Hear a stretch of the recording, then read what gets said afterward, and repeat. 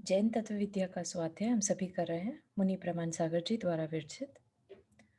मोक्ष मार्गस्य नेतारं भेतारं कर्मभूभृतां ज्ञातारं विश्वतत्त्वानां वन्दे तद्गुणलब्धये। नमो अरिहन्ताणं नमो सिद्धाणं नमो आयर्याणं नमो उवज्जायाणं नमो लोये सवसाहुणं। पंच परमेष्ठी भगवान की जय। अगले 45 मिनट के लिए सभी प्रकार के पापों का त्याग करके सभी नववर्ण नमोकार मंत्र पढ़ लें।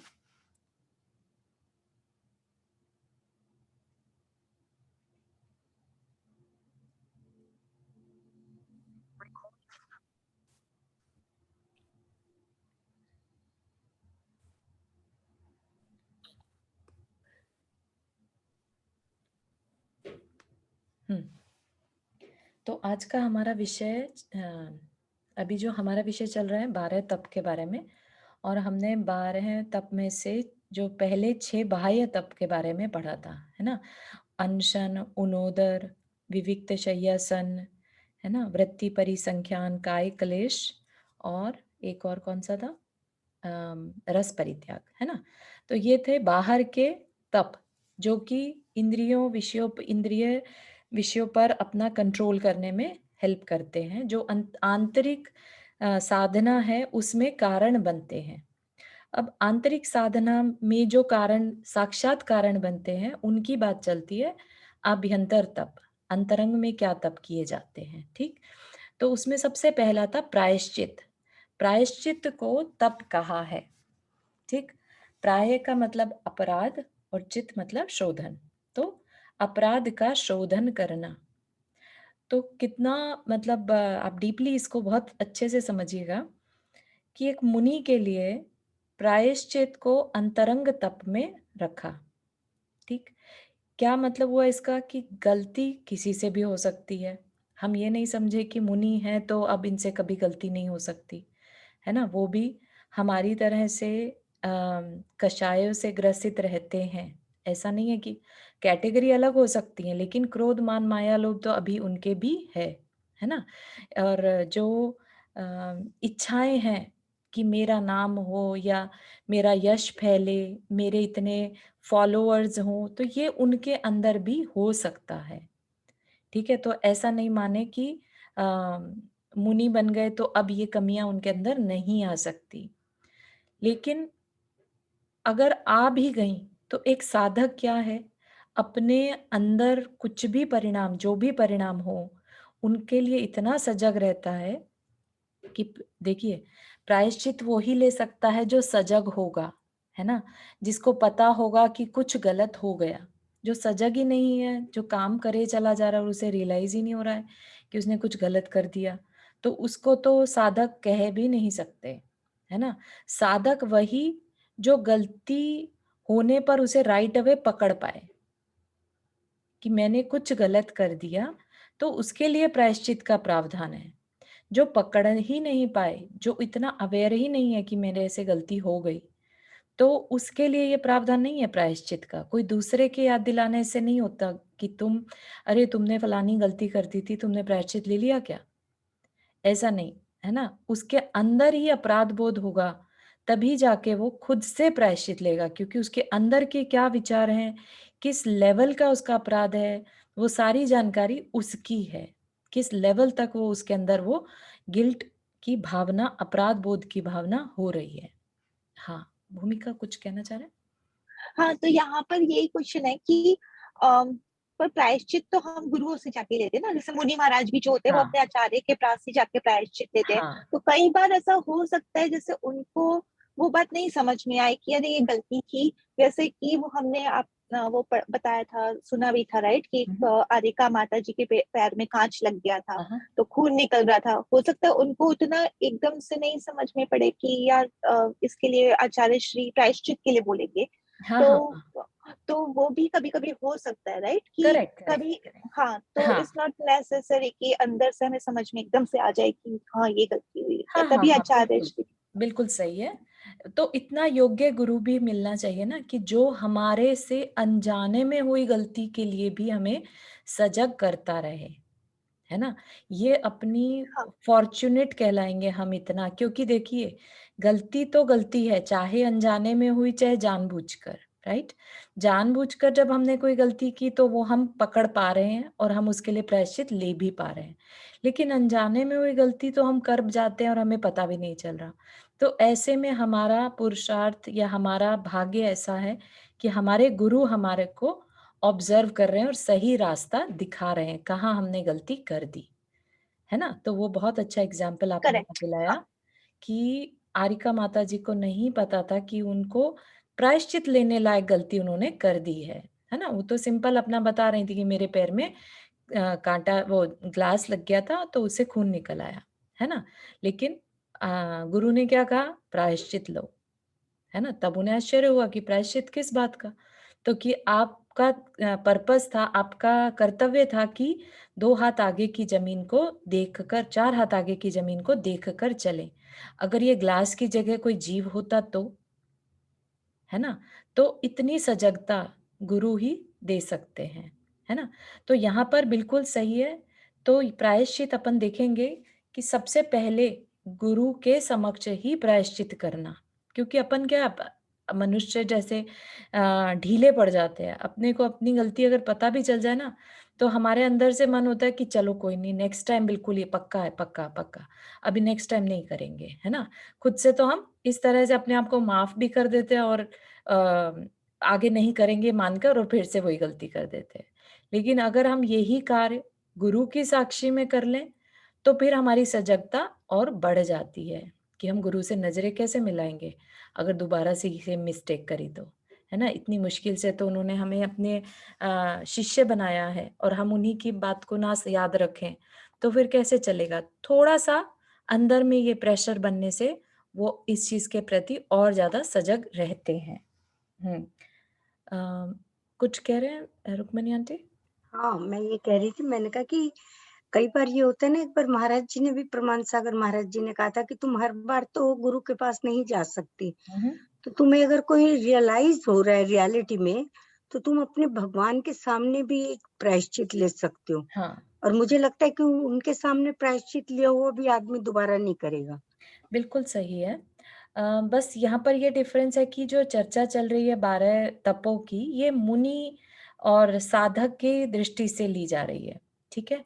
अपनी बारी जब आएगी कि हाँ, हम अपने केस में क्या करें, तो येस, हुँ, अपने केस में हमेशा मुनि अवेलेबल नहीं है, साथ गुरु अवेलेबल नहीं है, ओके, तो फिर हम ओके, मंदिर में जाकर कर सकते हैं। ओके, लेकिन जो ओके। साधक है, जिसने जिसने दीक्षा ली है, उसको क्या करना? ठीक है, वो तो ओके। अपने गुरु के पास ही जाएगा, हाँ, ओके, ठीक है है, ना? Okay, thank you. हाँ, तो इस तरह से वो हमेशा अपने आप को इस चीज़ के लिए नोटिस करता है, उसके अंदर जो भाव आए, है ना? वो इस चीज़ को नकारता नहीं कि अरे!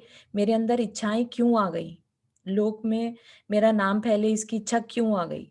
लेकिन इच्छा आई है तो उसको एक्नॉलेज करके फिर उसका प्रायश्चित लेता है। ठीक है? और भी कई कषाय हो सकती हैं, है ना? भय वाली भी कषाय हो सकती है। किसी का मज़ाक बना दिया हो, किसी का वेद से रिलेटेड कोई कषाय आ गई हो, कुछ भी हो सकता है ना? बहुत सारी चीज़ें हैं। मन में उठने वाले किसी भी सूक्ष्म भाव को भी वो अपना एक अपने आप को अवेयर करता है उससे। जैसे होता है ना, सुबह से लेके शाम तक में जितने भी उसके पास भाव आए, वो उन ईच एंड एवरी भावों को देखता है और शाम को और आई थिंक उनका तो 3 टाइम का प्रतिक्रमण रहता है, राइट? तीनों टाइम। तो हर समय का उसका जो भी उतने टाइम के लिए जो भी उनसे गलती हुई, जो भी उनके अंदर ख़्याल आ गया, तो वो उसका प्रायश्चित गुरु के समक्ष लेते हैं, ठीक? तो क्या कह रहे हैं, यह एक ऐसा तप है जिसमें अपने अज्ञान व प्रमादवश हुई भूलों का एहसास होते ही साधक का मन पश्चाताप से भर जाता है। अपने अज्ञान व प्रमादवश, है ना? तो यहाँ पर क्या मान के चल रहे हैं कि साधक जो है कभी जानबूझकर कोई भूल नहीं करता, है ना? इतनी अवेयरनेस उसमें रहती है, लेकिन प्रमादवश हो सकता है कर दे। प्रमाद मतलब आलस से आ जाना, ठीक है? तो अज्ञान व प्रमादवश हुई भूलों का एहसास होते ही जैसे उसको रियलाइजेशन हुआ, ये नहीं कि ठीक है फिर नेक्स्ट टाइम ले लूंगा, होते साथ ही साधक का मन पश्चाताप से भर जाता है तथा वह निश्चल भाव से उसे अपने गुरु के समक्ष प्रकट कर देता है। ठीक, तो इसमें बहुत सारी चीजें इंक्लूड होती हैं, वो धीरे धीरे सारी चीजें यहाँ पर बताई जाएंगी। ठीक है, तो लेकिन इतनी उसे जरूर है कि हाँ मैं बता देता हूँ निश्चल भाव से, है ना। निश्चल मतलब कोई छल नहीं, निश्चल भाव कोई बिना छल के अपने गुरु के समक्ष प्रकट कर देता है। जैसा मैं हूं तो हूं, है ना। मेरी जैसी कैपेसिटी है, लेट से किसी से उधर तप लिया था, नहीं कर पाए, है ना, तो 1 ग्रास की जगह 2 ग्रास खा लिए, तो ये बात किसको पता चलेगी, सिवाय साधक के, और तो किसी को नहीं पता चलेगी, है ना। तो अगर उसको ये पता चलता है कि मैं 1 ग्रास लेना था और मैंने 2 ले लिए, तो वो जाकर फिर गुरु के आगे अपनी शक्तिहीनता का आ, बताते हुए और प्रायश्चित लेते हैं। ठीक, तो बहुत बड़ी तपस्या है, प्रायश्चित लेना आसान बात नहीं है। अपने आ, अपने अवगुणों को प्रकट करना खुद से, है ना, अपनी खुद की निंदा करना, कमियां निकालना सबसे बड़ी तपस्या है। और सबसे इजी वे है अपने अपने आप को निर्मल बनाने का। बहुत लाइट फील होता है जब हम अपनी गलती को स्वीकार कर लेते हैं कि हाँ हमसे गलती हो गई, बताओ क्या करें इसके लिए, है ना। यहाँ पर तो बच्चों में भी कॉन्सिक्वेंस देने का एक तरीका रहता है कि आपने गलती करी, अब आपको उसका प्रायश्चित लेना होगा, है ना, आपको उसका भुगतान करना होगा। तो शुरू से ही ये चीज हम सीख सकते हैं कि कैसे हमें अपने आप को क्लियर करते रहना। नंदा जी कुछ कह रहे हैं? जैसा कि रुक्मणी आंटी ने भी बोला कि भगवान के आगे कर लेना चाहिए, लेकिन उसमें हम कह सकते हैं, लेकिन उसका क्या हमें दंड मिलेगा वो तो हम नहीं ले सकते ना। नहीं कर सकते ना, उसमें थोड़ा सा उसके लिए हाँ एक तरफा सा हो जाता है, हमें जो ठीक लग रहा है हम अपने हिसाब से ले ले रहे हैं, है ना। हाँ, सामने वाला हमारी कैपेसिटी को देखकर, हमारे अपराध बोध की भावना को देखकर हमने कितना निर्मलता से उसको प्रेजेंट किया, उन सब चीजों को ध्यान में रखकर फिर प्रायश्चित देते हैं, है ना। लेकिन जब हम भगवान के पास जाकर लेंगे तो हम अपने हिसाब से जो समझ में आता है हम ले लेते हैं। ठीक है ना, बताएंगे, बहुत अच्छा विषय है ये, आगे अभी काफी लंबा है प्रायश्चित का मतलब तो अज्ञान और प्रमाद वश में सब चीज आ गई। हाँ, सभी चीजें आ जाती हैं। एक छोटा सा थॉट भी अगर साधक के अज्ञानता में मन ले में, लिया अपन ने, या प्रमाद वश, दोनों चीज भी तो प्रमाद होता है। है ना, किसी दूसरे के कुछ भी लिए, करते हैं अपन वो, हाँ, है ना। जो गलतियां अपने से होती हैं। हम्म जैसे कि राजा श्रेणी का एग्जाम्पल अपन देखते हैं, जिसने कि यशोधर मुनिराज के गले में सर्प डाल दिया सब डाल दिया था। है ना। तो बाद में उसे अपनी भूलों का एहसास हुआ तो उसने प्रायश्चित लिया, है ना। फिर उसने अपने प्रायश्चित से अपने जितने भी नरक के पाप बांधे थे उनको धीरे धीरे निर्मलता से पूरा करते करते और उसकी सजा को उसने कम कर लिया, कर्मों को खत्म कर लिया, है ना। तो तप में इसीलिए लिया है इसको, इससे कर्म हमारे कटते हैं। और जैसे भगवान के सामने बोल दिया, बस अपने को विश्वास हो जाता है कि अपन ने मांग ली माफी, कम से कम अपनी गलती, बस ये हाँ, एहसास होता है। एटलीस्ट हमने कुछ तो ना करने बस से कुछ करना अच्छा है। मतलब पश्चाताप नहीं तो हाँ थोड़ा सा हल्कापन हो जाता है जी कि हाँ अपन बिल्कुल ने बिल्कुल, बोल तो ली। बोल तो बस यही अंतर है। सही है, बहुत सही। Thank you. थैंक्स। तो क्या कह रहे हैं, जैसे किसी कुशल वैद्य के हाथों से दी गई औषधि को रोगी अपने लिए हितकारी जान कड़वी होने पर भी बड़े उत्साह से ग्रहण करता है, वैसे ही प्रायश्चित से शिष्य गुरु द्वारा प्रदत्त अल्प या अधिक दंड को अपना हितकारी समझ स्वीकार करता है। ठीक है ना, जैसे अपन कैसे बड़े इजी तरीके से कड़वी कड़वी दवाइयां भी खाने रेडी हो जाते हैं जब हमें अच्छा होने का अंदर से मन हो, तो इसी तरह से हमें अपने को अच्छा करना है, निर्मल करना है, प्योर करना है, तो हम अपनी गमियों को गुरु के आगे बताकर और जैसा कहे वैसा करके अपने आप को प्योर करते हैं। ठीक है ना, तो इसलिए अपने आप के लिए वो हम अच्छा समझ के उत्साह के साथ करते हैं। कुछ लोग प्रायश्चित को दंड समझते हैं, प्रायश्चित दंड नहीं है, दोनों में अंतर है। प्रायश्चित ग्रहण किया जाता है, दंड दिया जाता है है ना? तो सुनने में ऐसा ही लगता है कि मतलब उनको ऐसा कह दिया, उनको अभी आप आगे भी देखेंगे कि उनको संघ से बाहर रहने को कह दिया, तो ऐसा सुनने में लगता है जैसे उन्हें दंड दे दिया हो, है ना? कि आप अभी कुछ दिन के लिए इस चीज़ का त्याग करेंगे, ऐसा। तो ऐसा सुनने में लगता है जैसे दंड दिया जा रहा हो, लेकिन ऐसा नहीं है। प्रायश्चित ग्रहण किया जाता है और दंड दिया जाता है। प्रायश्चित में सहज स्वीकृति है, दंड में मजबूरी। प्रायश्चित लेने वाले का मन पश्चाताप से भरा होता है, जबकि दंड भोगने वाले को प्राय अपराध बोध भी नहीं रहता, है ना? उसको अंदर से गलती का एहसास नहीं होता, उसको लगता है कि मुझे बस, बल्कि और अपने आप को या तो विक्टिम फील करेगा, पिटी फील करेगा, है ना? या फिर द्वेष आ जाएगा कि देखो मुझे आज ये दंड दिया जा रहा है, कल को मैं बदला लूँगा, है ना? तो उसको अपनी गलती का एहसास ही नहीं है। यदि कदाचित होता भी है तो उसके प्रति पश्चाताप नहीं होता। तो प्रायश्चित कौन ले सकता है? जिसका मन पश्चाताप से भरा हो, रिपेंटेंस हो अंदर में, कि मेरे से गलती हो गई। पश्चाताप क्या है? जो करने के बाद गलती का एहसास होना, पश्चाताप, है ना? और पश्चाताप होने के बाद जब हमें गलती फील हो रही है, बार बार गिल्ट आ रहा है, शेम हो रहा है ना? तब हम उस चीज को दूर करने के लिए, उस तकलीफ को दूर करने के लिए प्रायश्चित लेते हैं। ठीक है? सभी ने अपनी अपनी लाइफ में कभी ना कभी इस चीज को फील किया होगा, है ना? पश्चाताप होता है और फिर जब कोई हमें इस चीज का प्रायश्चित दे देता है तो हमें अच्छा लगता है कि अब हम फ्री हो गए। प्रायश्चित लेने के बाद फिर प्रायश्चित की जो घटना है, जिस वजह से प्रायश्चित लिया था, अब उसका बोझ अपने अंदर नहीं रखना चाहिए। बिल्कुल विश्वास के साथ प्रायश्चित जो दिया गया है उस पे कार्य करके अपने आप को फ्री समझना चाहिए। ठीक है? तो ये नहीं समझना कि प्रायश्चित दे दिया, कर भी लिया, लेकिन अभी भी पश्चाताप गया नहीं। इसका क्या मतलब है कि आपने पूरी तरह से गुरु के आगे अपने भावों को नहीं रखा। ठीक है? प्रायश्चित को लेने वाला उसे समझता है स्वयं पर गुरु की कृपा, और दंड को समझा जाता है बोझ।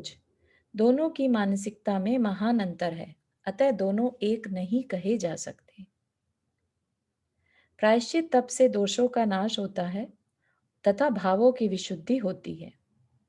दोषों का नाश होता है मतलब जो दोष हो गए हैं, अब उनसे जो पाप बंधता है ना, उन दोषों से जो पाप बनता वो पाप नष्ट हो गया।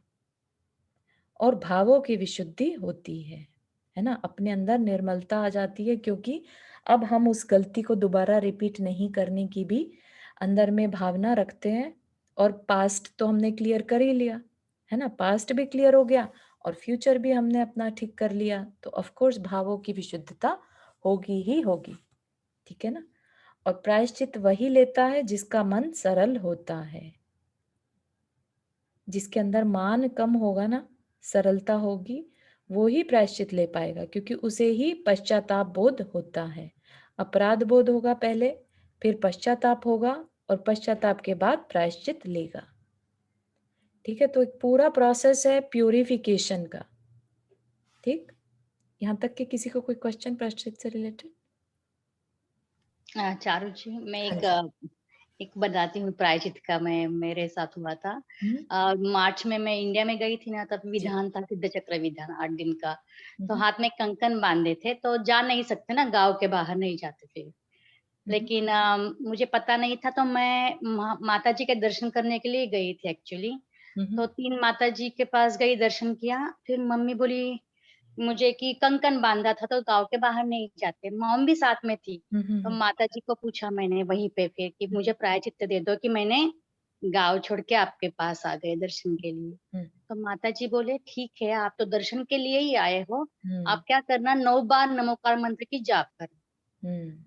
बहुत सही। हाँ। एंड फिर वापस आ गई पंढरपुर में।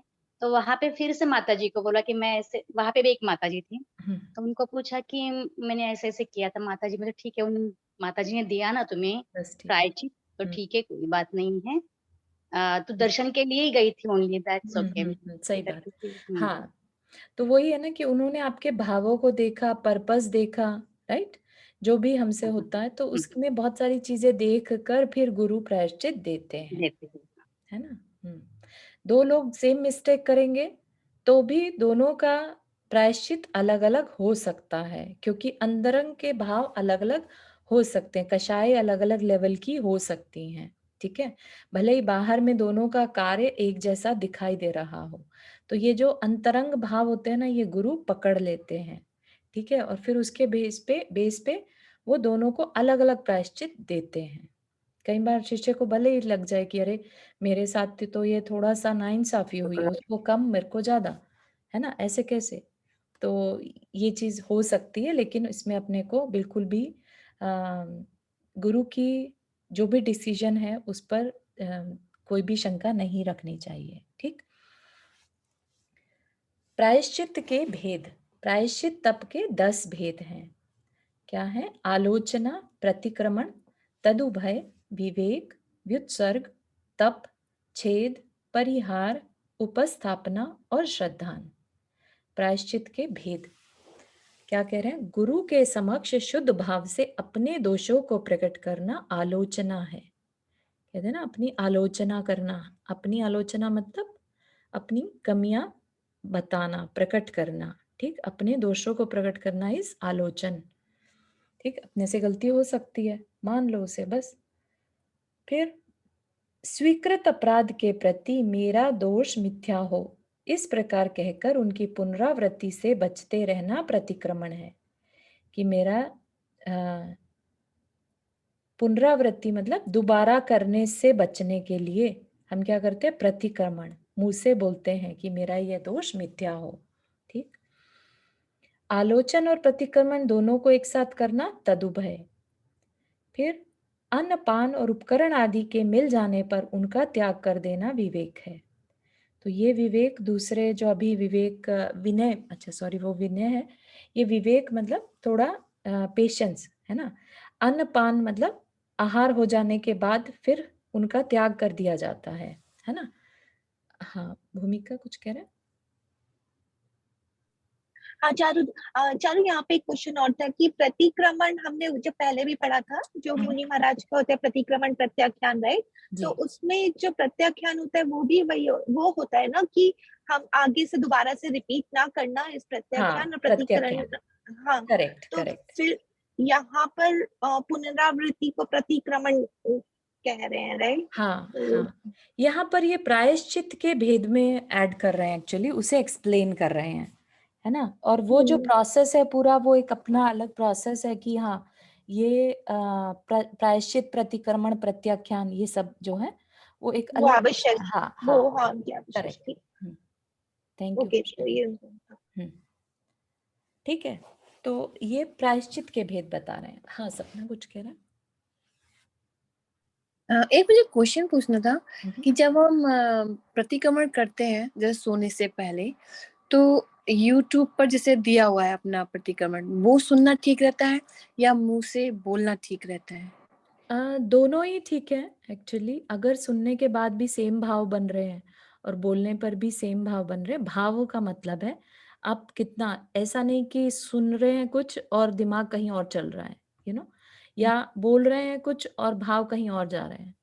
तो आपका फोकस किधर है, दैट मैटर्स, ठीक है। तो सुनने के बाद भी अगर भाव लग रहे हैं आपके, वाकई में आप उसके एक एक वर्ड पर वर्क कर पा रहे हैं, तो सुनना बहुत अच्छा है ना। और बोल कर रहे हैं तो इसका मतलब आपने उसे याद कर लिया और अपने अंदर से बोल पा रहे हैं। तो आप दोनों को जो आपको सही लगे, डिपेंड करता है आपके भाव किस में ज्यादा जुड़ रहा है। ओके ओके, ठीक है। चारू, मुझे कई बार लगता है कि बोलने से ज्यादा सुनने में ना ज्यादा भाव लगते हैं। कई बार बोलने में तो ऐसा लगता है जो याद है बस हम बोलते ही जा रहे हैं। हाँ, कई वही बार दोनों चीजें आ गई ना, तो हाँ जिसमें भाव जुड़े वो मैटर करता है। हाँ हमारा पर्पस भाव का होना चाहिए। हम्म। ठीक। काल के नियम से कायोत्सर्ग आदि करना व्युत्सर्ग है। तो यहाँ पर ये व्युत्सर्ग जो है, कायोत्सर्ग, ये प्रायश्चित में बता दिया, लेकिन व्युत्सर्ग अलग भी बताया है तप में, है ना, यही देख रहे थे। तो व्युत्सर्ग जो है अलग से एक तप है, ठीक। तो यहाँ पर सिर्फ प्रायश्चित के पर्पस से अपनी जो उस समय के लिए काल के नियम से कायोत्सर्ग आदि करना व्युत्सर्ग है। ठीक। दोष विशेष के होने पर उनकी निवृत्ति के लिए उपवास आदि करना तप है। चिर दीक्षित साधु के द्वारा दोष विशेष होने पर उसकी शुद्धि के लिए कुछ काल की दीक्षा छेद देना छेद प्रायश्चित है। मतलब कि उनकी कुछ काल के लिए दीक्षा छेद देना, दीक्षा छेदना मतलब दीक्षा को खत्म कर देना। ठीक है। छेद प्रायश्चित किसी बड़े भारी दोष के होने पर उस दोष का परिहार करने के लिए, परिहार मतलब दूर करने के लिए, कुछ काल के लिए साधु को संघ से बाहर रखना और गुरु के सिवा शेष साधुओं के संपर्क में न रहने देना परिहार है। गुरु ने उनका परिहार कर दिया, मतलब उनको तो दूर कर दिया। ऐसा बहुत बार देखा गया है। किसी साधु को किसी प्रायश्चित के लिए, किसी गलती के प्रायश्चित के लिए उनको अलग कर दिया जाता है, लेकिन इसमें ये नहीं समझिए कि गुरु ने उसे अपने संग से ही निकाल दिया। ठीक है, ये बहुत अंतरंग चीजें रहती हैं। और अपने आचार्य श्री के संग में भी ऐसे सुनने में आता रहता है ना, कि अभी उन साधु को संग से बाहर किया हुआ है, इस तरह का। तो वो क्या है, वो अंतरंग चीजें हैं उनकी आपस की, प्रायश्चित चल रहा उनका और हमें पता ना हो, है ना। नंदा जी कुछ कह रहे हैं? हाँ, मैं वही शेयर करना चाह रही थी। वो जो हम एक कहानी ना बहुत अच्छी है, क्योंकि उसमें गुरु और शिष्य के बीच की जो एक अंडरस्टैंडिंग है ना, वही जो पिंडी को नमस्कार करने वाली। तो उनको जो मतलब शिष्य थे साधु जी, उनको भस्म रोग लग गया था जी। तो उन्होंने अपने गुरु से कहा कि मेरे को समाधि मरण दे दीजिए, क्योंकि मैं इस रोग के रहते हुए साधु वो नहीं कर पाऊंगा। तो उन गुरु ने उनको समझ लिया, आचार्य श्री ने उनको समझ लिया और उनको कहा कि नहीं, हम तुमको थोड़े दिन के लिए दीक्षा से मुक्त करते हैं और तुम जाके अपनी इस बीमारी का इलाज करा लो। आचार्य भद्र महाराज का है ना। हाँ। तो वो कहानी बिल्कुल जैसे वो दवा की तरह, उन्होंने वो उनको ग्रुप से निकाला अपने और ये दीक्षा से मुक्त किया, लेकिन बिल्कुल जैसे दवा दी जाती है किसी मरीज को। तो इसमें देखने वाली बात यह है कि वो शिष्य कितना सरल था, है ना। उसे, उस शिष्य के अंदर ये था कि मेरी वजह से कहीं जिन शासन में दोष ना लग जाए, है ना, कि मेरी बीमारी इस तरह की हो गई है, अगर मैं खाऊं तो मेरे ऊपर दोष लगता है कि भाई एक से ज्यादा बार खा लिया तो मूल वो छूट जाता है ना। 28 मूल गुण में अपन ने क्या पढ़ा था, एक समय भोजन करने वाला।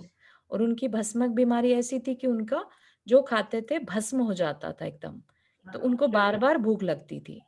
ठीक है ना। तो इस वजह से गुरु शिष्य की सरलता इतनी कि भाई मेरे बस में नहीं है, ऐसा नहीं कि वो करना नहीं चाहते, लेकिन उनके बस में ही नहीं था। और गुरु की कृपा इतनी कि उन्हें लगा कि ये इसमें शिष्य में काबिलता बहुत है, लेकिन इसकी तकलीफ भी बहुत है, तो थोड़े टाइम के लिए इसको दीक्षा से अलग कर देते हैं, है ना, वापिस से दीक्षा बहुत ही प्यारी कहानी है कि मतलब कितने आचार्य श्री भी कितने दूरदर्शी और जानने वाले अपने शिष्य को, कि उन्होंने बजाय उनको मतलब इस तरह से उनकी बात नहीं मानी और मतलब कितना अच्छा डिसीजन लिया उनको अपने ग्रुप से थोड़े बाहर रखने के। हाँ, और ऐसी कहानी पढ़ने के बाद इस तरह के भाव आना, नंदा जी, बहुत अपने अंदर भी सरलता को दर्शाता है। समझ रहे हैं आप? एक तो है कि पढ़ने के बाद हम उनकी कमियां देखने लग जाएं, और एक है कि इतनी अंदर से बहुमान आना इन चीजों के लिए कि कितने आचार्य कितने महान थे, कितना प्यारे से वो शिष्य गुरु का संबंध था। तो इस तरह के भाव आना भी बहुत सुंदर बात है। So thank you for sharing. Thank you, आप हमेशा हर चीज को बहुत सपोर्ट करते हो। Thank you Charu. जी, व्युत्सर्ग कैसे, व्युत्सर्ग काल के नियम कायोत्सर्ग आदि करना व्युत्सर्ग है। कायोत्सर्ग आदि करना व्युत्सर्ग है। तो एक तरह से मतलब प्रतिक्रमण जैसे होता है ना, प्रतिक्रमण लिया है ना, प्रतिक्रमण या सॉरी प्रायश्चित लिया है ना, प्रायश्चित में हो सकता है वो उनको व्युत्सर्ग करने को कह दे, मतलब व्युत्सर्ग मतलब कायोत्सर्ग करने को कह दे। अच्छा, काय का उत्सर्ग करना, ठीक है ना। तो कुछ भी मतलब क्या क्या हो सकते हैं उनका वर्णन कर रहे हैं, प्रायश्चित के भेद। प्रायश्चित में सिर्फ ये नहीं है कि आपको ये कर लेना है या वो कर लेना है। इतना बड़ा प्रायश्चित भी हो सकता है कि उनकी दीक्षा को ही थोड़े टाइम के लिए छोड़ दिया जाए। ये भी प्रायश्चित का पार्ट है। तो भेद जो बता रहे हैं ना, प्रायश्चित के भेद हैं ये। ठीक है, तो किन किन प्रकार से प्रायश्चित हो सकता है।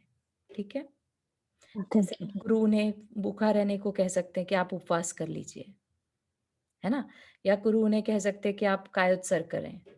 गुरु ने कह सकते हैं कि आप उपकरण और अनपान जो है आप छोड़ दें, है ना, कुछ भी, मतलब ये सब तरीके बताए जा रहे हैं। ऐसी चीजें आज हम पढ़ रहे हैं जो हमने कभी उस नजर से नहीं देखी, है ना। अपन क्या, अपन गृहस्थ में रहते हैं, गृहस्थ के तरीके से ही सोचते हैं।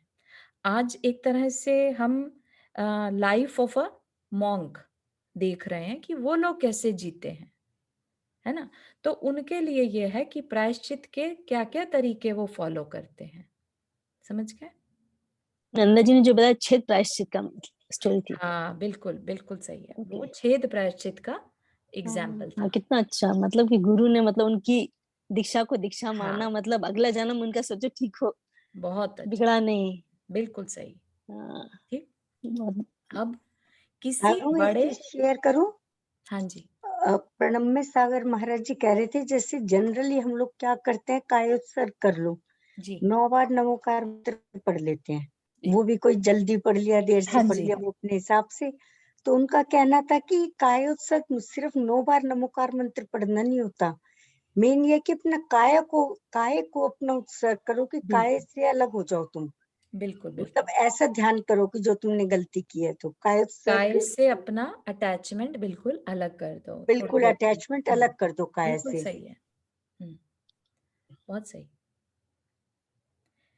ठीक है, तो यहाँ पर क्या करें, किसी बड़े भारी दोष के लगने पर उस दोष के परिहार के लिए पूरी दीक्षा का छेद कर फिर से दीक्षा देना उपस्थापना है।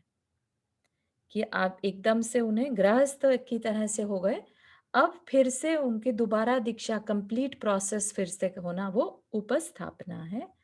उपस्थापना नाम का प्रायश्चित मिथ्यात्व को प्राप्त हुए जीव के द्वारा पुनः स्थिर होकर आप्त आगम और पदार्थ के श्रद्धान पूर्वक महाव्रत स्वीकार किया जाना श्रद्धान प्रायश्चित है। मतलब कि जैसे बोलते हैं ना कि ये साधु द्रव्यलिंगी हो गए भावलिंगी से, तो कोई साधु अगर द्रव्यलिंगी हो जाए, इसका क्या मतलब है, वो पहले गुण स्थान में आ गए, यानी मिथ्या दृष्टि हो गए। तो हो सकता है एक साधु के साथ भी ऐसा, है ना। तो जहां उनका श्रद्धान में प्रॉब्लम हो, तो उनके श्रद्धान में वापिस से उनको स्थित करना श्रद्धान प्रायश्चित है। ठीक, ये सब प्रायश्चित देश काल की योग्यता और शक्ति का विचार करके दिए जाते हैं। आलोचना के 10 दोष, जो आलोचना बताई, कहने को तो आलोचना करो, ठीक है, प्रायश्चित हो जाएगा, ठीक है, लेकिन अब कोई अच्छे से आलोचना ना करे तो उसमें क्या क्या दोष हो सकते हैं और उनसे बचना, तो उसकी जानकारी भी अगर हमें होगी तो फिर हम आलोचना नाम के प्रायश्चित को बहुत अच्छे से कर पाएंगे। तो कैसे करना? प्रायश्चित का प्रथम भेद आलोचना है। आलोचना शुद्ध और निर्विकार मन से करनी चाहिए।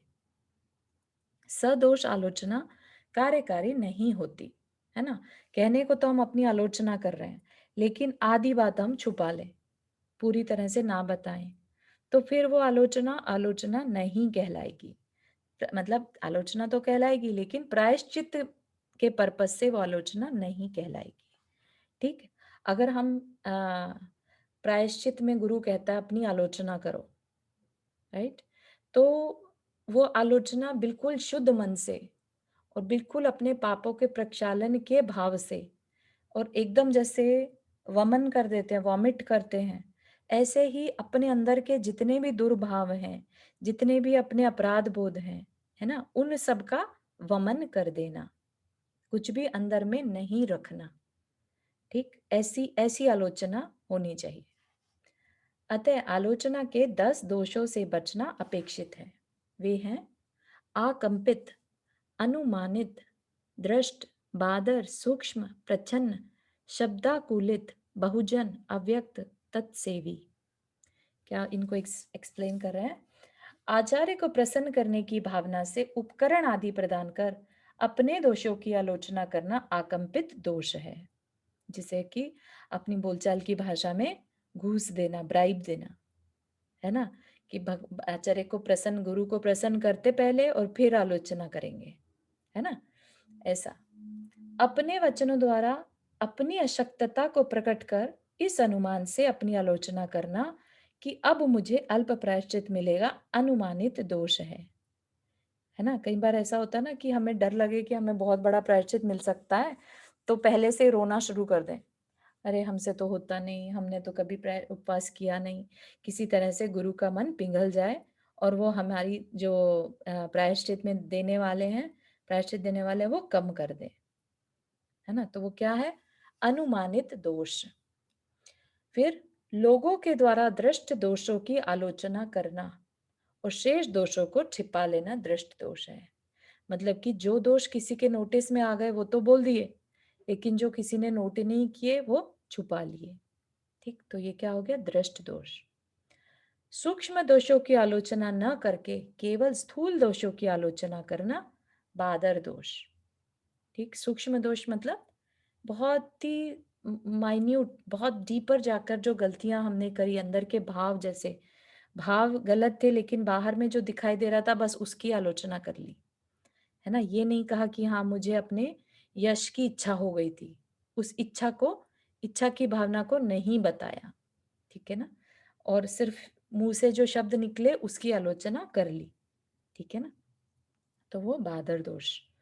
स्थूल दोषों की अपेक्षा कर केवल सूक्ष्म दोषों की आलोचना करना सूक्ष्म दोष है, ठीक है। अब इसमें सिर्फ सूक्ष्म दोष बताए और स्थूल दोष की को बताया ही नहीं। फिर किसी बहाने से गुरु से यह पूछकर ऐसा दोष करने पर क्या प्रायश्चित होता है, स्वतः प्रायश्चित कर लेना प्रच्छन्न दोष है,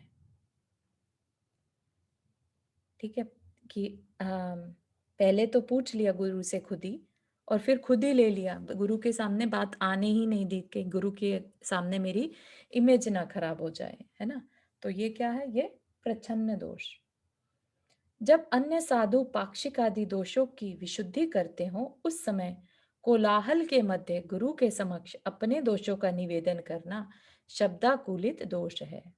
मतलब कि जब सभी साधु कुछ ना कुछ बोलकर अपनी शुद्धि कर रहे हैं, है ना, ऐसे में ये सोच के कि अभी इतनी शोर में बोल पाना आसान है ना, क्योंकि बहुत बार ऐसा होता है कि हम अपने अंदर के दोष जल्दी से बोल नहीं पाते, और दूसरों को सुनाई दे गया तो क्या सोचेंगे, गुरु को पता चला तो गुरु हमारे बारे में क्या सोचेंगे, इस तरह की जो भाव है वो मुनियों में भी हो सकते हैं, है ना। तो इस तरह का समय चुनना जब बाहर में शोर हो रहा हो, तब गुरु के समक्ष अपने दोषों का निवेदन करना, वो क्या है, शब्दाकुलित दोष। चारू पाक्षिक क्या, साथ अन्य साधु पाक्षिक आदि दोषों की। पाक्षिक आदि होता है जब पक्ष में, मतलब 15 दिन में जो अपना पूरी तरह अच्छा, से प्रतिक्रमण करते हैं ना, वो ओके पाक्षिक। Okay okay. हाँ, नंदा जी कुछ कह रहे हैं। ये पूछ रही थी, जो प्रायश्चित होता है ये अगर मुनि महाराजों का भी है तो ये क्या सबके सामने होता है या सिर्फ गुरु और शिष्य का एक अलग समय होता है या 1 to 1? नॉर्मली 1-on-1 ही होता है, लेकिन डिपेंड करता है, 3-4 महाराज जी के सामने भी पॉसिबल है, डिपेंड मतलब करता वो सारे ही मतलब गुरु होंगे है। या? नहीं, सेम लेवल के मुनि बैठे हैं, है ना, अच्छे, और फिर वो बहुत ही तरीके से जानकारी लेते हैं सबके सामने, कि वो सबके सामने बोल पा रहे हैं कि नहीं पा रहे हैं। हो सकता है प्रायश्चित उस समय ना दे, लेकिन इंफॉर्मेशन उस समय पर ले सकते हैं, अच्छा। ना, कि मैंने आज कहीं आपने क्या किया।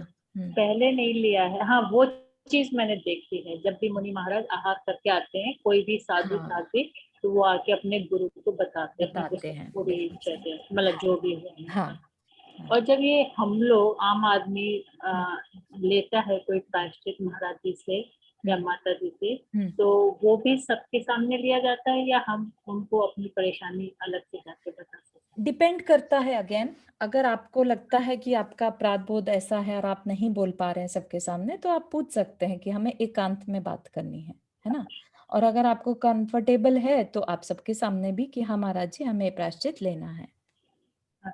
ठीक है, उस पे फिर गुरु डिसाइड करेंगे कि आपको अकेले में बताएंगे कि सबके सामने बता सकते हैं। ठीक है, तो कहते हैं अगर सपो तो जैसे फीमेल हैं तो उनको भी क्या गुरु अकेले में बता सकते हैं या हमको फिर माता जी से लेना? नहीं बता सकते हैं, लेकिन डिपेंड करता है। बिल्कुल आप अकेले बैठे हैं या कोई एक पर्सन नॉर्मली रहता है, यू नो। हाँ हाँ, ठीक है। या हम्म, ठीक। फिर है गुरु के द्वारा प्रदत्त प्रायश्चित को अन्य प्रायश्चित कुशल आचार्यों से चर्चा कर स्वीकार करना बहुजन दोष है। ठीक है, कि अपने गुरु ने दे दिया फिर भी जो और कुशल आचार्य हैं उनसे पूछ के चर्चा करना और फिर स्वीकार करना, तो ये बहुजन दोष। फिर दोषों को नहीं समझने वाले अनिष्णात गुरु के समक्ष अपनी आलोचना करना अव्यक्त दोष है। दोषों को नहीं समझने वाले, अनिष्णात मतलब जो बहुत ज्यादा एक्सपर्ट ना हो। ठीक है, अनिष्णात, निष्णात मतलब एक्सपर्ट, और अनिष्णात एक्सपर्ट नहीं थे गुरु, है ना। वो तो अपनी नहीं समझने वाले ऐसे गुरु को सिलेक्ट करके और उनके सामने अपनी आलोचना कर दी तो अव्यक्त दोष है। और अपनी आलोचना ऐसे गुरु के पास करना जो स्वयं उससे ग्रसित हो तो तत्सेवी दोष है। तो बहुत सारी चीजें हो गई। आलोचना भी किसके सामने करना, कैसे करना, किन भावों से करना, छुपाना नहीं छुपाना, है ना। तेज आवाज में कर दिया ताकि गुरु को ठीक से सुनाई ना दे, तो इस तरह के भावों से आलोचना नहीं करना, क्योंकि तप कर रहे हैं हम। प्रायश्चित क्या है? तप है ना। और तप में किसी भी प्रकार का मायाचारी नहीं चलती, है ना। तप में मायाचारी चलेगी तो फिर बहुत कर्म बंद होगा। ठीक है ना, तो इस वजह से, लेकिन अगर किसी को पता ही ना हो तो फिर ये सारी चीजें उन्हें बताई जाती है, सिखाई जाती हैं कि ऐसा करने से आपको ज्यादा कर्म का बंद होगा, बजाय पापों के प्रक्षालन करने के आप उल्टा और पाप बांध लेंगे। ठीक है ना, तो ये सब चीजें जब उन्हें दीक्षा दी जाती है, पढ़ाया जाता है, उनका चारित्र चर्या सिखाई जाती है, तब ये सब चीजें भी सिखाई जाती हैं। ठीक है, फिर है विनय। विनय नाम का तप, विनय या रिस्पेक्ट, है ना। तो सबको इस बारे में थोड़ी सी तो जनरल नॉलेज होगी, राइट। विनय किसे कहेंगे? पूज्य पुरुषों एवं मोक्ष के साधकों के प्रति हार्दिक आदर भाव विनय है। पूज्य पुरुष, जैसे हमने शलाका पुरुष पढ़े, या जो भी मोक्ष मार्गी हैं, है ना, उनके प्रति हमारे अंदर में हार्दिक, हार्दिक मतलब हृदय से आदर भाव, रिस्पेक्ट का भाव होना विनय है। ठीक, विनय का व्युत्पत्ति परक अर्थ करते हुए कहा गया है कि विलयम नयति कर्म मलमिति विनय, अर्थात जो कर्म मल को दूर कर दे वह विनय है। इसलिए विनय को मोक्ष का द्वार कहा गया है। ये बहुत बहुत पावरफुल सेंटेंस है, विनय मोक्ष का द्वार। सोचिए, विनय को इतना इम्पोर्टेंस दिया है कि उसे मोक्ष का द्वार, मोक्ष जाने का रास्ता। तो जिसके अंदर विनय है, जो विनय को फॉलो करता है, उसके लिए ही मोक्ष का द्वार खुला है।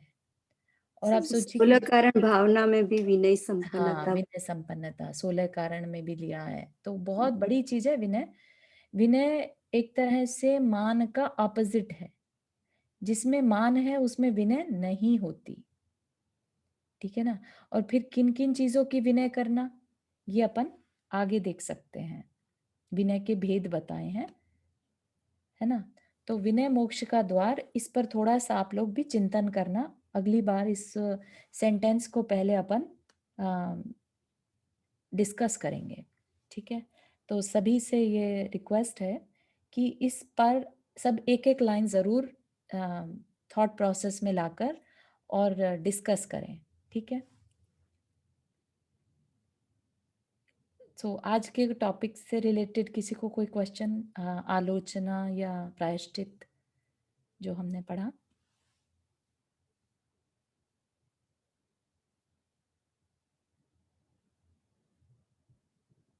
विनय दोषों से बचने की अलग है ना, ये तो विनय तो विनय अलग चीज है, विनय हाँ, अलग तप है। ठीक है ना? ठीक है। तो चलिए, ये वर्तमान के दोषों का प्रायश्चित करना यही आलोचना है, राइट? वर्तमान के मतलब नहीं, ऐसा नहीं है। ओके। हम अब जब प्रतिक्रमण करते हैं तब हमने पास्ट में भी जो गलतियां करी हैं, है ना, और पिछले भवों में भी जाने अनजाने, है ना, तीनों हाँ। लोक के जितने भी जीव हैं हम सबसे क्षमा मांगते हैं, ओके है ओके। ना। 84 लाख योनियों में जितने भी जीव हैं हमने सबके साथ जैसा भी कुछ अनजाने में, है ना, उनको सताया हो, दबाया हो, वो सब करते हैं, तो वो सब ओके। चीज के लिए, है ना, तो हाँ हमेशा। हाँ, हाँ, थैंक यू। और किसी को कोई क्वेश्चन?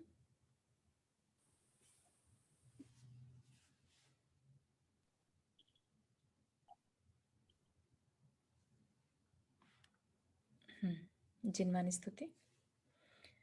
जावाणी के ज्ञान से सूझे लोकालोक, सोवाणी मस्तक धरो सदा दे तो दोख। हे जिनवाणी भारती तो ही जपो दिन रैन, जो तेरा शरणा गए सो पावे सुख चैन। 9 बार नमकर में।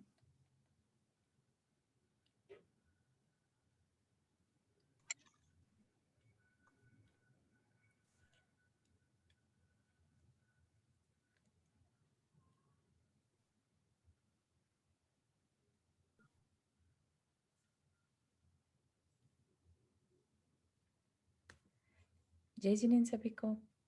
जय जिनेन्द्र। कल ध्यान है चारू जी? कल एक बार कल कंफर्म करते हूँ। नहीं, एक्चुअली नहीं हो पाएगा, आई हैव सम कमिटमेंट। ठीक है, no problem। जी, जय जिनेन्द्र। जय जय जिनेन्द्र, जिनेन्द्र। जय जिनेन्द्र। जय जिनेन्द्र सभी जय को। जिनेन्द्र सभी को, आज चारू जी और सभी को जय जिनेन्द्र। कर्म कैसे जय करे क्लास में ना? हाँ जी, आज शाम में होगी। हाँ हाँ, ठीक है। जी।